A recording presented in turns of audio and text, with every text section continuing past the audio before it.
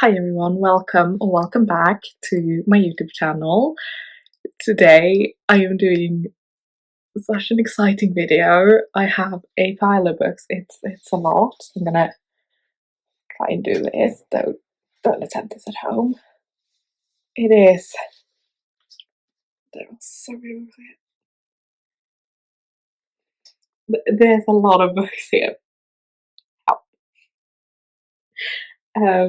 These are all of my favorite books of all time, and I have wanted to do a video talking and going through my favorite books of all time for quite a while, and I finally feel like ready to do it. And yeah, this is so exciting. And I'm gonna try and do these in categories. So if there's one genre you don't really care for, you can just skip ahead. I will try to have chapters. If not, there will be timestamps somewhere on screen so that you can skip certain genres if it's not to your liking. I'm going to start with two that only have like one book each in them. The first one, oh my god, this book blew me away. I was not prepared to love it as much as I did, and I was recommended this book by my friend Elijah, thank you. And she was like, oh my god, you need to read this. Basically, I saw one thing she posted in a Discord group we're both a part of, and I was like, I need to read this book. And then I told her, like, hi, I added this to my TBR. She was like, read it. I was like, okay, I'm reading it. And it finally arrived in a physical copy. I read it in digital form the first time, and now I'm going to reread it because it was so good. And there's Black Sheep. This book destroyed me.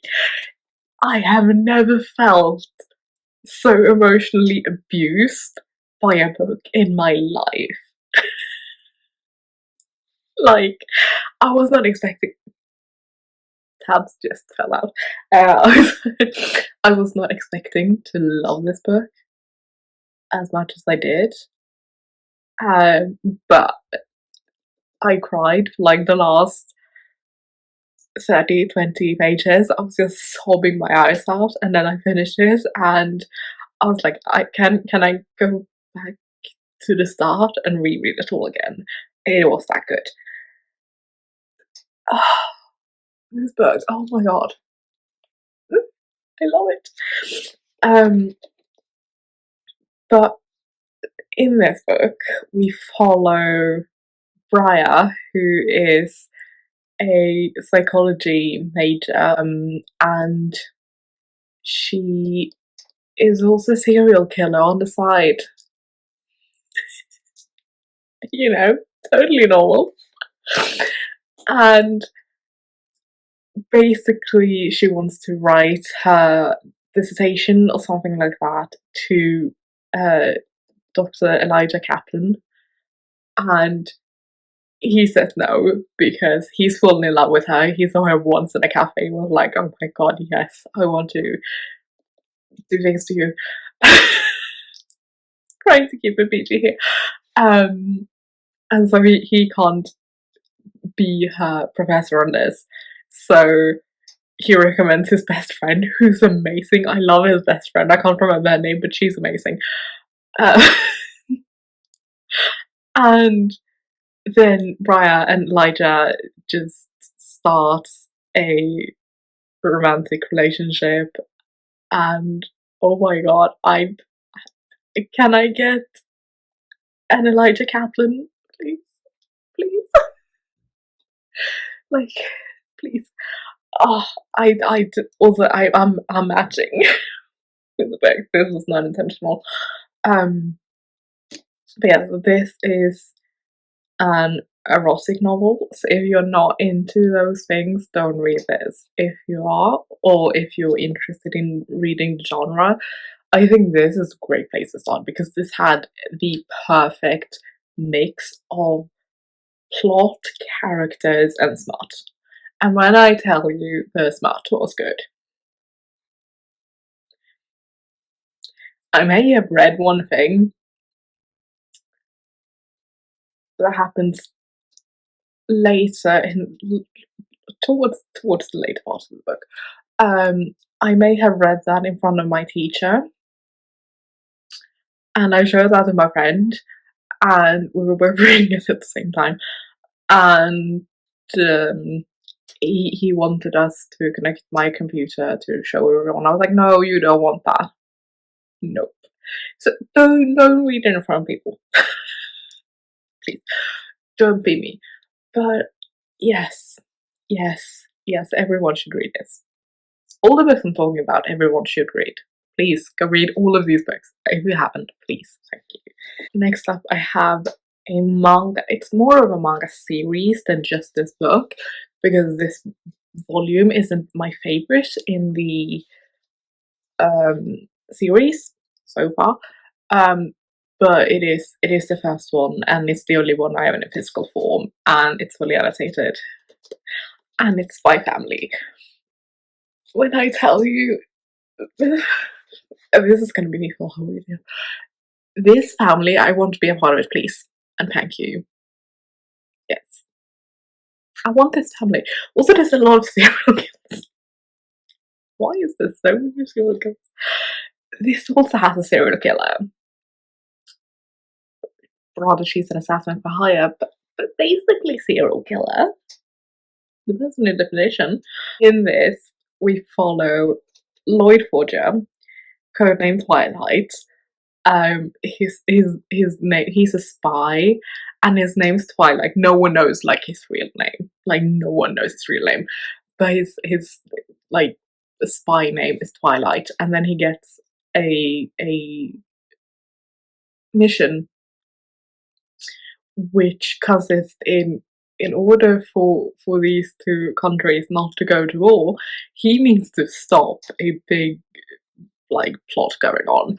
And in order to do this, he needs to get a family.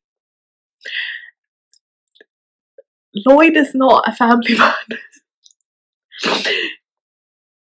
He's so not a family man at all.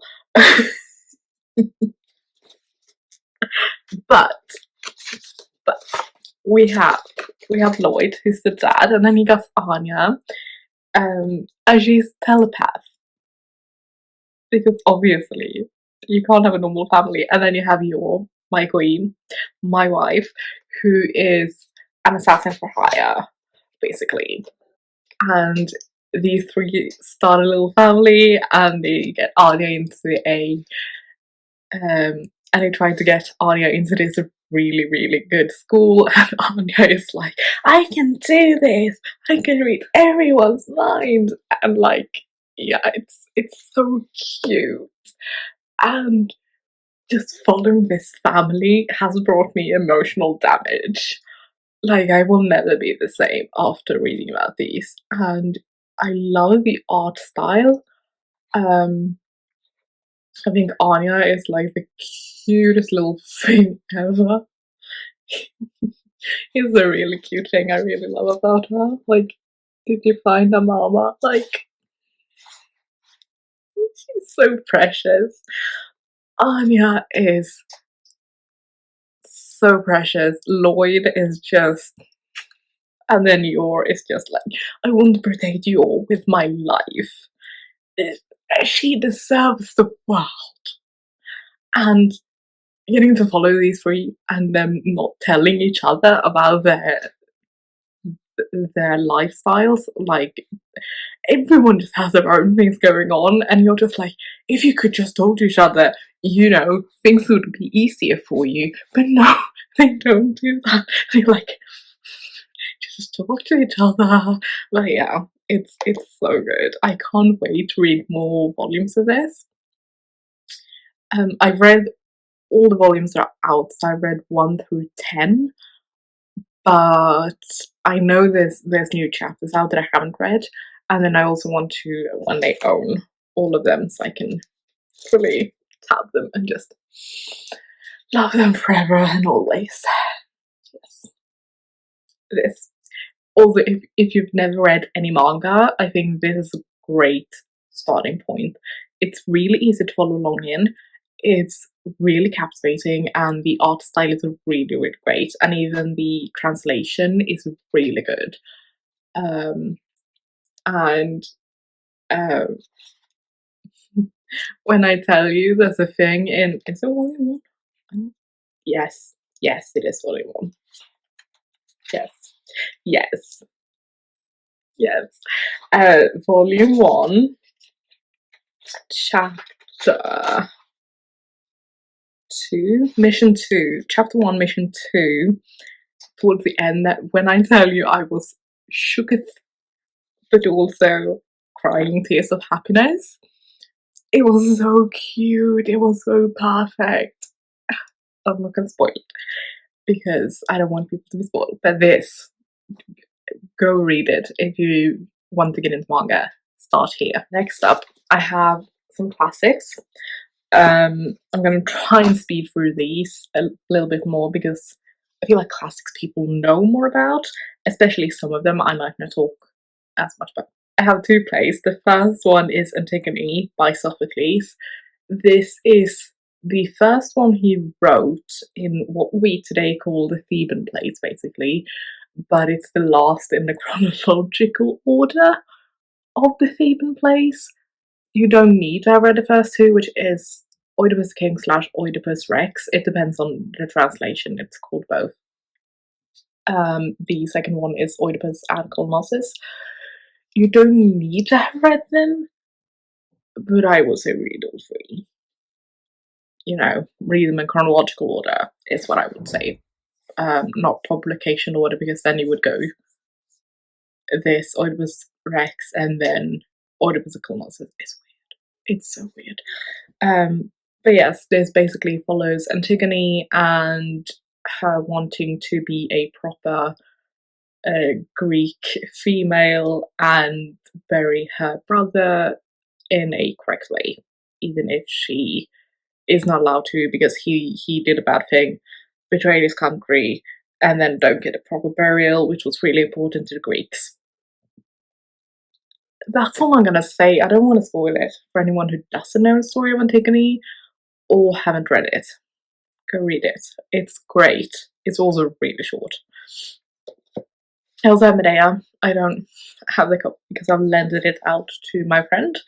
But Medea takes place, if you know Jason and the Golden Fleece, that story, it's that Medea, and it's basically taking place after Jason and the Golden Fleece and after they get back home, and a few years later when they have two kids. And that's all I'm gonna say. I do not want to say anything more about Medea because the first time I read it, I had to reread a certain part, I think 3 times, just to be like, did I really read this correctly? Did this just happen? And I wrote an assignment on it not too long ago, and we had a discussion about it, and my teacher was like, yes, I agree. So we had a long discussion about Medea. And it's so good. Everyone should read it. Everyone really, really should. Especially if you want to get into plays, I think that's a good place to start. And especially if you want to get into more Greek mythology or Greek tragedy, that's also a great way to start. The next book I have is one of my all-time favorite books. These are all my all-time favorite books. But if I only had to choose my top 5, this would be in that top 5. Forever and always. It will never be broken. I think it's my second favorite book of all time. I think. And I think it always will be. That is Jane Eyre by Charlotte Bronte. This book, I feel like I don't need to talk about Jane Eyre because everyone should know Jane Eyre. If you don't, go read it. But in Jane Eyre, we follow Jane Eyre, who basically just tells us about her whole entire life, not her whole entire life, but her life, up until a certain point. And it's basically like Jane Eyre is writing this book because she addresses us as the readers, which is just so cute. I love it.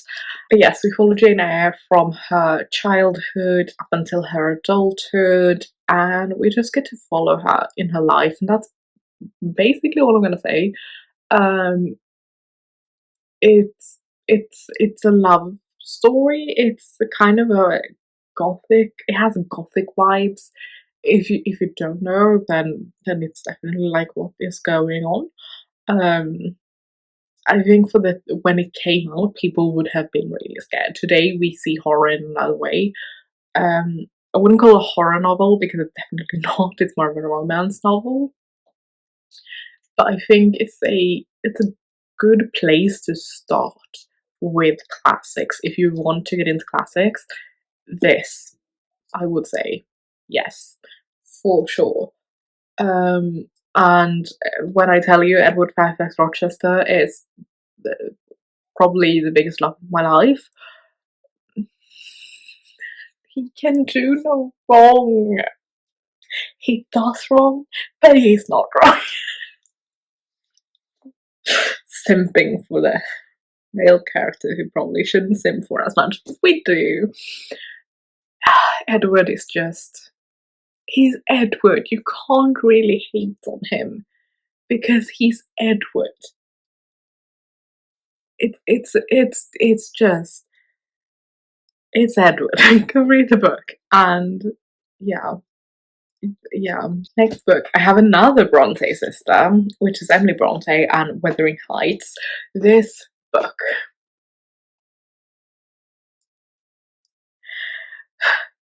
I have issues with this book because one of the characters I hate so much that I just want to punch them in the face every time I think about them. And I know my best friend Rue is gonna be totally on my side because we both hate that character so much and we just want to punch them in the face and just. It's so annoying. Um, but yeah, this book, to give you a plot, follows Heathcliff. He is a some form of traveling person.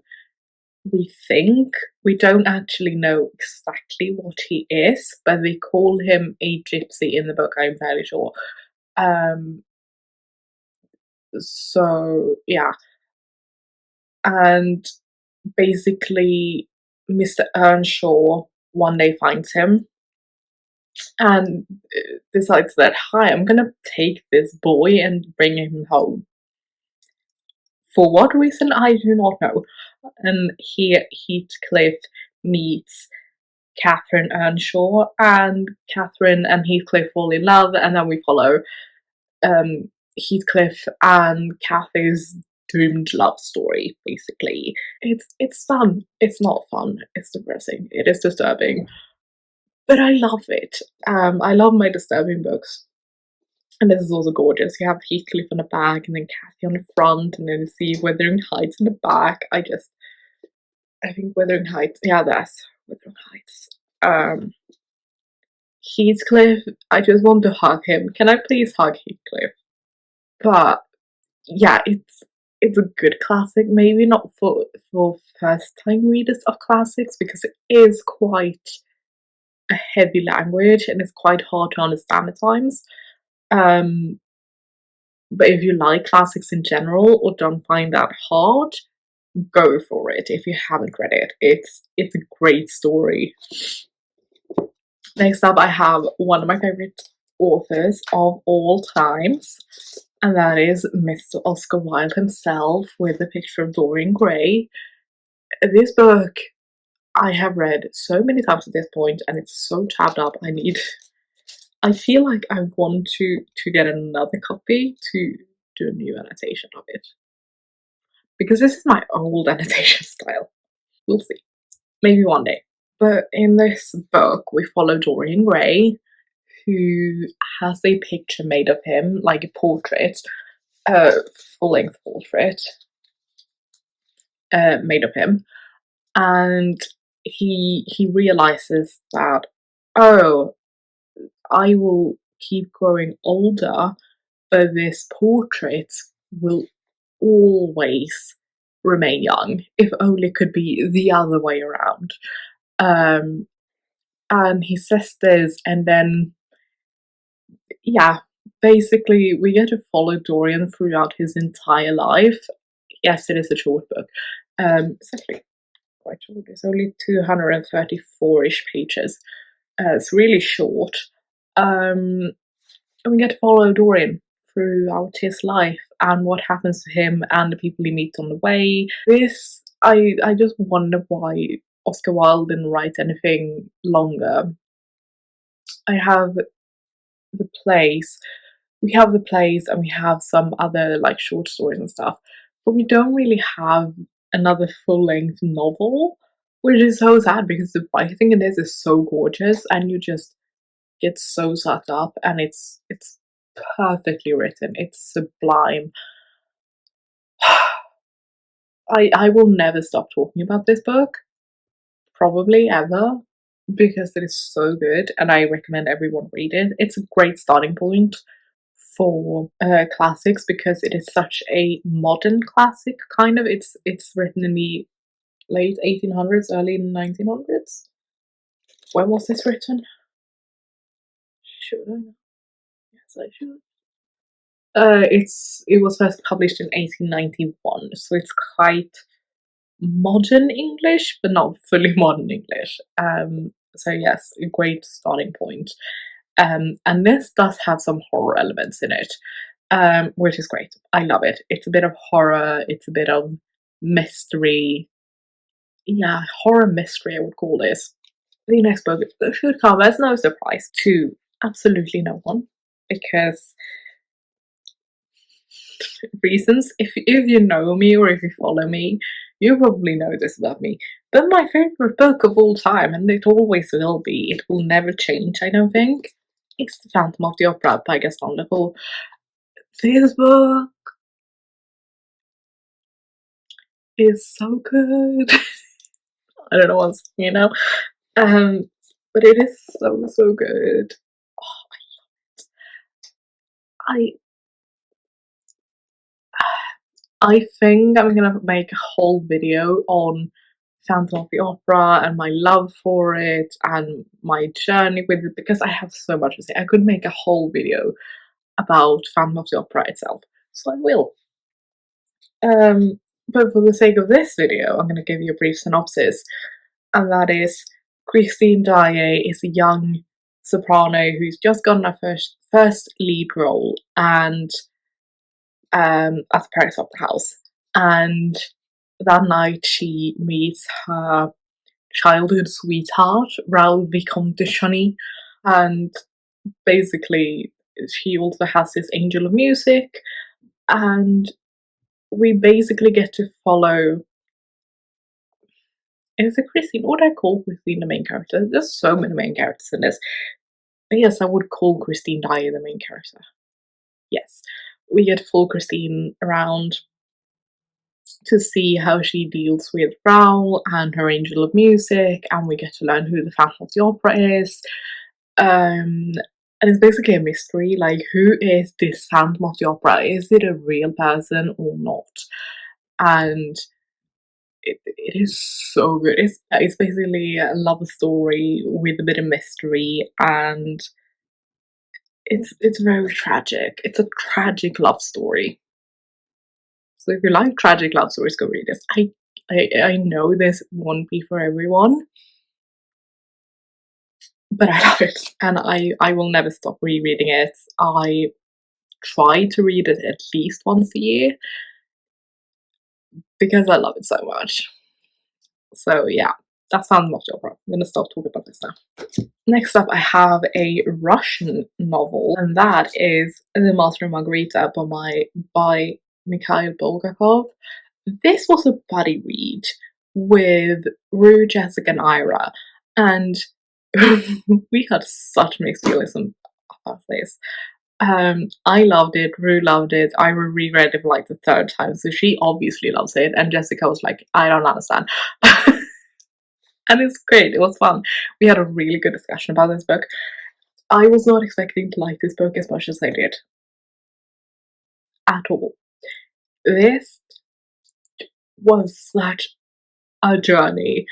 But this is how to explain this book. It's about how when Satan comes to Moscow during the Soviet Union days. Yes. And he starts some chaos. Yeah. And then you have Margarita, who's the young, naive woman who I didn't really much care for, even though her name is in the front. And then she is in love with the Master. We only know him as the Master. And we basically follow these three. Satan as he brings chaos to Moscow. Marguerite as she gets into a deal with the devil and tries to find the Master, and the Master trying to find Marguerite. I don't really know what Master is. He's quite useless. I wouldn't call this book Master Marguerite. Margarita. I would call it something else. I would call it definitely something else. But also there's a talking cat. Who is the best? We have a talking cat and I love him. He's the best character in the book. That's him on the front. I love him. He deserves a book on his own. Please someone write a book with the cat as the main character. Please. Also, we do have some biblical references in this, and we follow Jesus's last days, basically, and how Satan was there. It's a hard book to describe, but it is great, and I think it shows a lot of how life was during the Soviet Union days, and just it gives us an insight in what life was like, and you can really pick those threads up if you know something about it. If not, you're most likely gonna learn something, and it's very much played down. But this book was banned when it first came out because of the topics. So yeah, go read this. Don't listen to me. Just go read it. Just go read all the books I talk about. Please, thank you. Next up, I have two really short classics that you could read in one sitting. The first one is The Yellow Wallpaper by Charlotte Perkins Gilman. This book I had to read for school when I did one of my literature courses, and basically we follow a young woman who's recently married and recently had a child, and now she's gone into a post-birth depression. That is called something. I can't recall what the actual name of it is, but there is a term for it. But she's basically in that state. And her husband, who's a doctor, says, oh, let's go to this new home of ours. And basically he locks her in. Yes. And then she gets so depressed and so mentally disturbed that she starts seeing people in the wallpaper, basically. This is so short, but it is so horrifying, especially if you have dealt with mental health issues yourself, which I have. I think it's a hard read, but it's a good read. There's probably more hard things to read out there, especially if you have dealt with mental health issues or are struggling. But I think it shows such a good, like it depicts it in such a good way, and how it is to be isolated especially I think like that is such an important thing, especially after COVID. And I read this during COVID, so I felt like the isolation and not talking to anyone and feeling like the walls were closing in on you. I really felt that. Um, so yeah, I definitely recommend it. It's only like 30 pages, something. It is.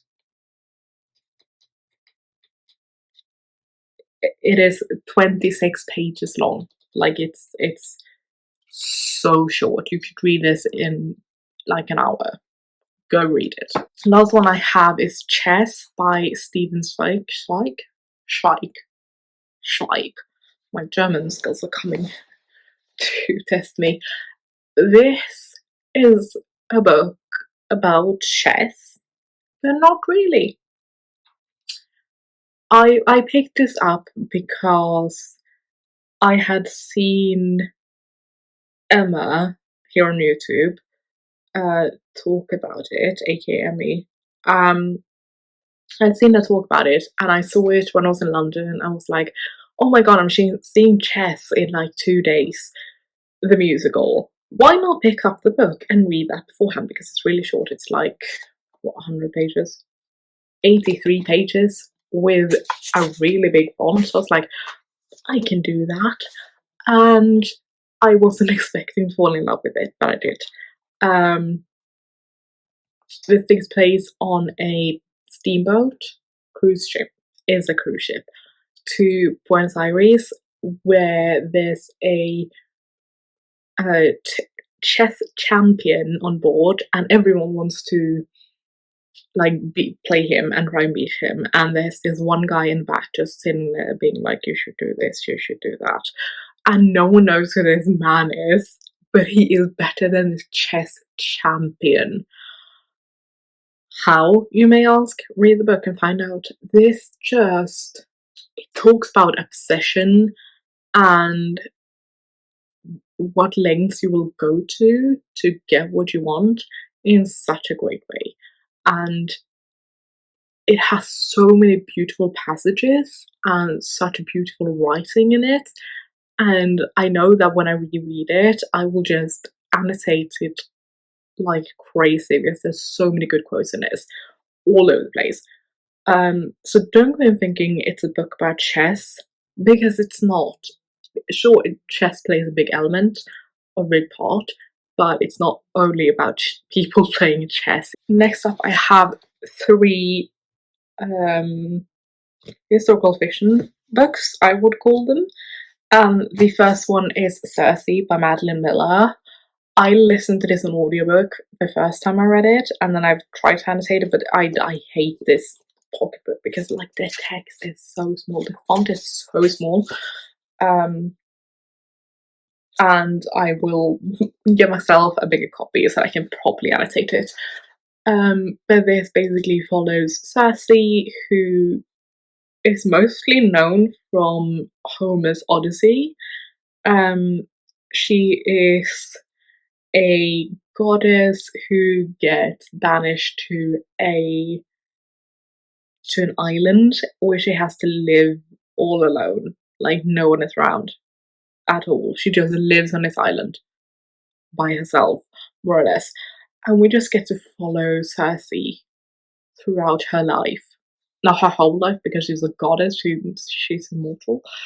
But we get a glimpse into her story, and Madeline Miller just writes it so poetically and so beautifully, and I loved it. If you want to get into Greek myth retellings, start here, I would say. And the next one I have is one that I saw that Tom Hiddleston was going to be playing a part in the TV series, and I was like, oh, I own this book. I have owned this book for a few years. I've never picked it up, so I picked it up and fell head over heels. And that is The Essex Serpent by Sarah Perry. This book is so good. It has no right to be this good. But this is about Cora, who loses a husband who was abusive. I think she wants to be like an archaeologist or geologist. At least she wants to do something with her life that isn't like proper Victorian female like.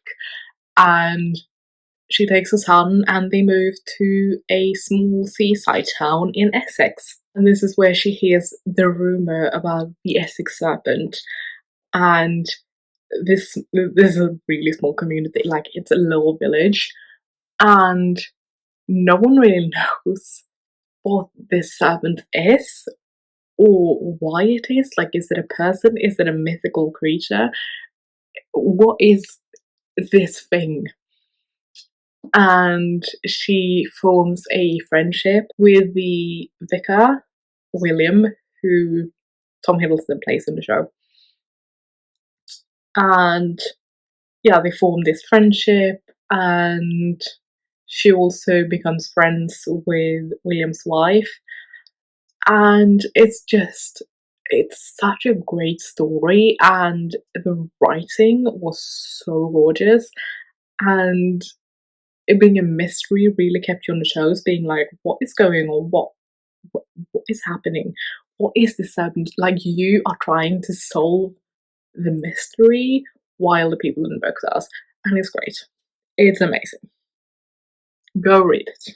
The next book I have is a book that is all over the place. If you haven't heard about it yet, have you been living under a rock? That is The Seven Husbands of Evelyn Hugo by Taylor Jenkins Reid. I cried for an hour after finishing this. Emotional damage. But this follows Evelyn Hugo, and basically she does this one big interview with a woman called Monique, and this is when she tells her whole life story, and it's like, I did this and this and this and this, and I was married 7 times, and these are my husbands, and these are like this is my life story, and this is the one that I love the most. And it is so good. It is so beautiful.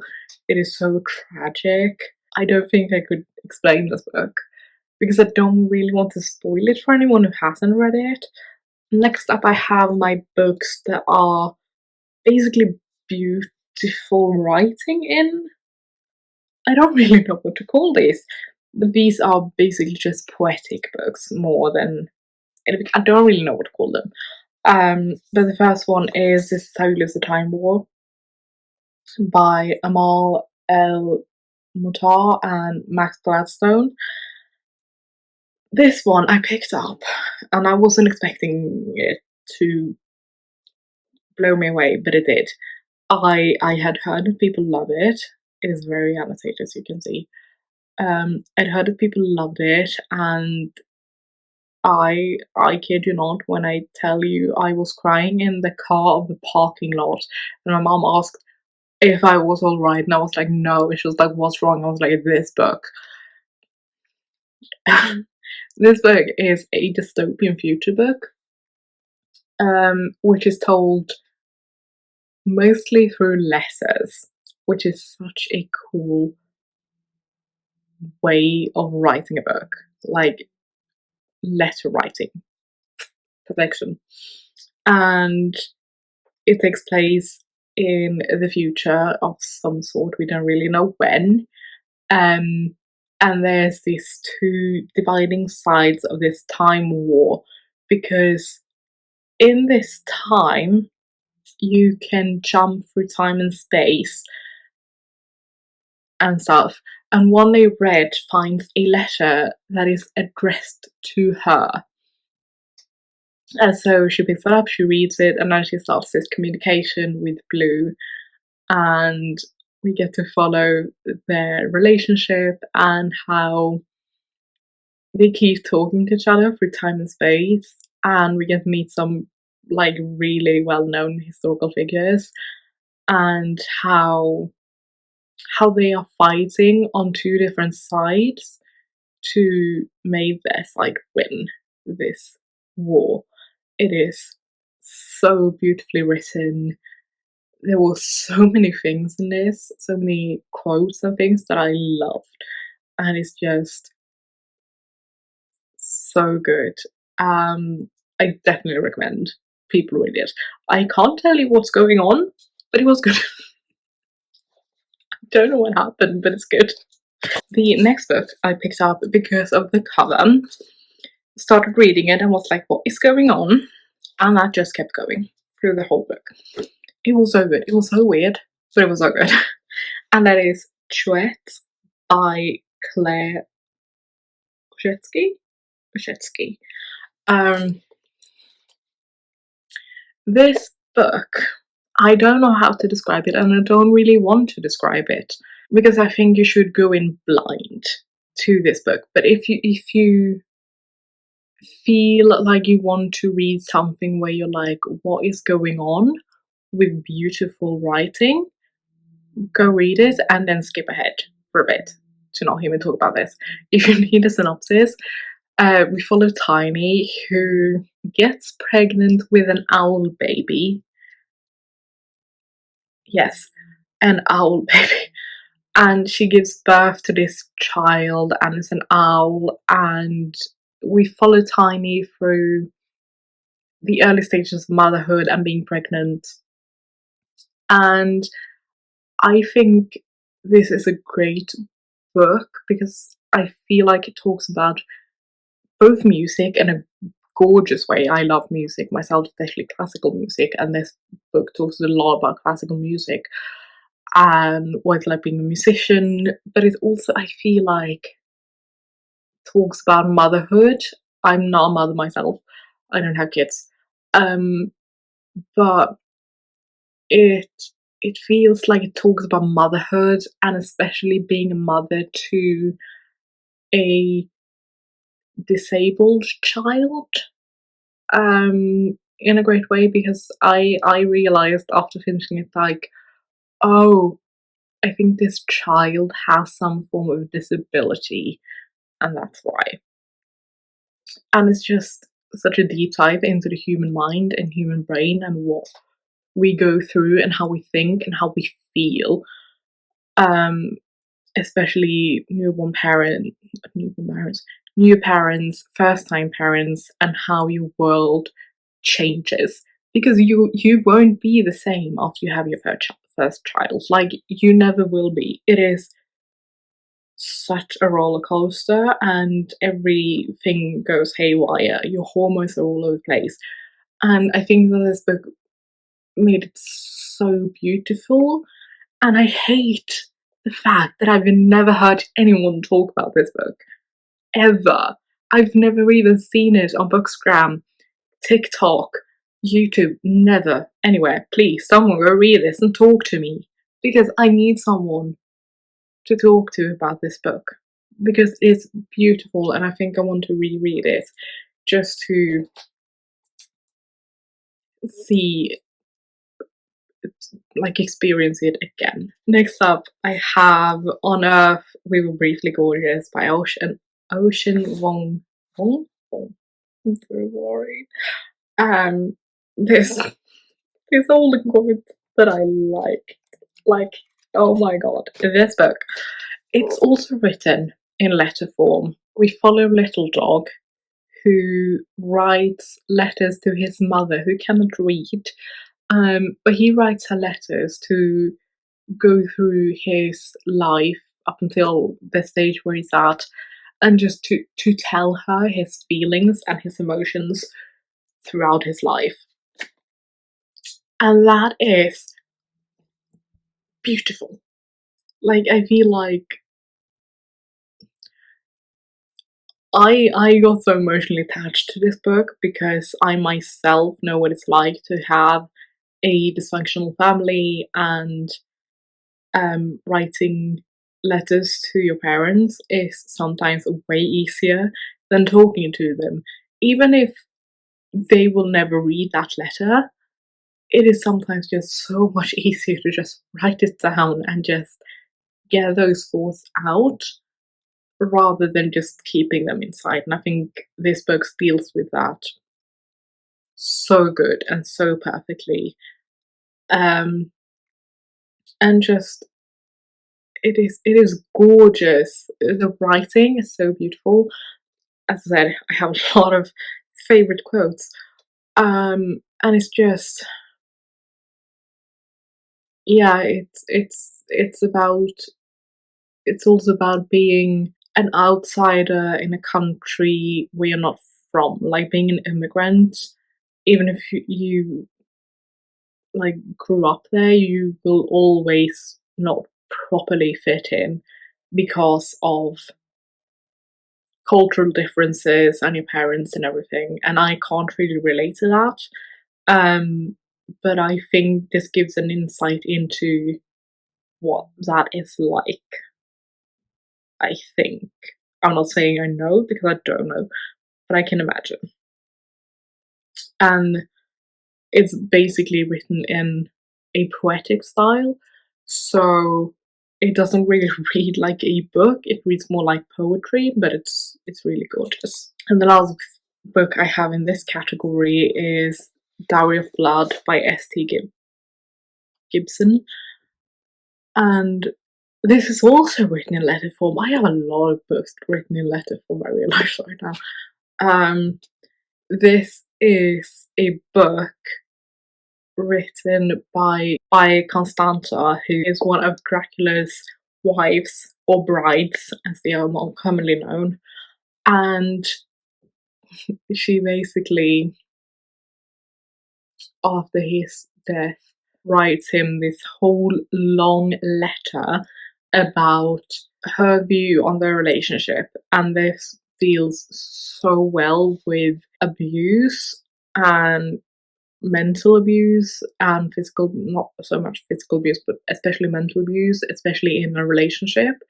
And I think it is such an empowering book to read. Like I can understand that people who has been through relationships like that, who that are really toxic and bad for you, will maybe find this book a bit too hard, but I recommend trying it, and just know that this does have trigger warnings.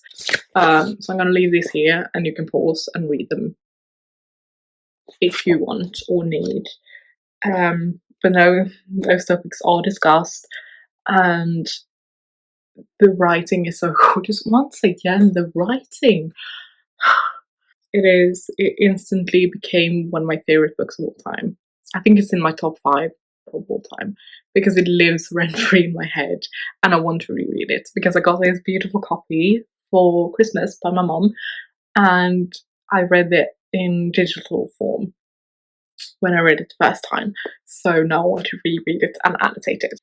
Okay, we're almost done, I promise. I only have 3 books left, and this is the fantasy pile. First up, I have People by R.F. Kuang. Oh my god, this book. The plot twists in this book. And also, when I tell you I now want to go to Oxford and study, but also I don't because reasons. In this, we follow Robin Swift, who's from China originally. But yes, he gets taken in by this man, and then gets trained in English and Latin and like a lot of different languages.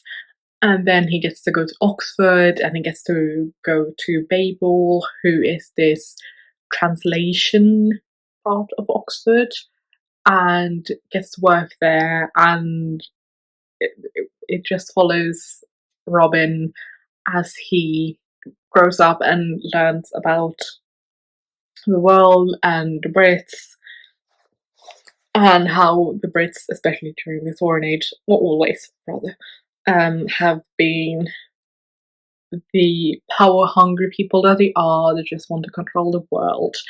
And it is great. And the thoughts about colonialism and language and translations, it is so well done, and the characters are so well written. And I was not expecting that end, but it happened, and it just as soon as I finished this book, I was like, can I reread it so that I can annotate. I started annotating it with just things that I loved and things that I found sad, but then I was like, no, I need to reread it and properly annotate it. So yes, this is, I think, in my top 5 of all time. I think. But yes, and the last two, I'll talk about them really briefly, because if you have been missing these, you have been living under a rock. And that is A Court of Mist and Fury and A Court of Silver Flames by Sarah J Maas. This is book 2 and 4 in the A Court of Thorns and Roses series. And I don't have my beautiful cover of this one because I didn't want to dig it up. But I do have it. I have a similar cover to this for this. These two, I mean, it's ACOTAR. I love the whole series. I'm gonna put you down because you have you put it. We go for the gorgeous covers on this channel. I'm not gonna talk about Mr. Fury or Soul of Flames because they are book 2 and 4 respectively. So I don't want to spoil you in case you haven't read them. But A Court of Thorns and Roses, we follow Feyre, who gets taken away to the fairy lands of Printhia after she kills a fairy, and we basically get to follow her in Printhia.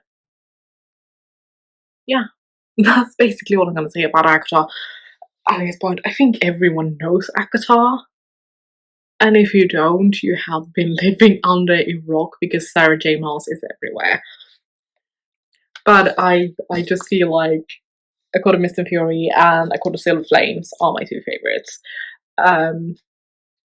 A Court of Thorns and Roses is my least favourite. Sorry, but for reasons.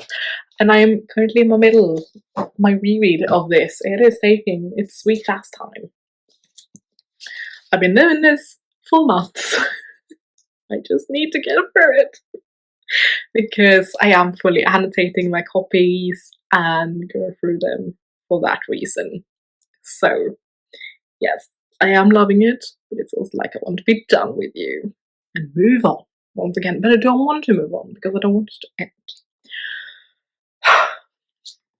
But, so that was all of my favourite books of all times. So far, I know I will have more as time progresses and I read more books, and some of these, no, I don't think any of these will actually ever go away, but I hope you found some recommendations and found some books that you've never heard of. I hope you go pick some of them up, and if you ever do, my social medias will be down below. I'm always open to talk, especially about books. I love it, obviously. Especially about these books. I love them all so much. And if you have any books that you feel like are your favorite books, leave them in the comments down below, and I will definitely go read them all because I need more book recommendations. Is my TBR over 1,000 books long? Yes. Do I need more books to read? Yes. It's what we do. I'm always looking for new books to read, and I would love to hear what you guys like think and what books like other people find to be their favorite books, because this is not a topic I see a lot of videos on YouTube, even if I think that it should be, because it is such a fun topic, I think, personally. But yes, leave your books down below and I will get to them at some point, I promise. So yes, until next time, I hope you have a lovely day. I will see you in the next one. Bye guys.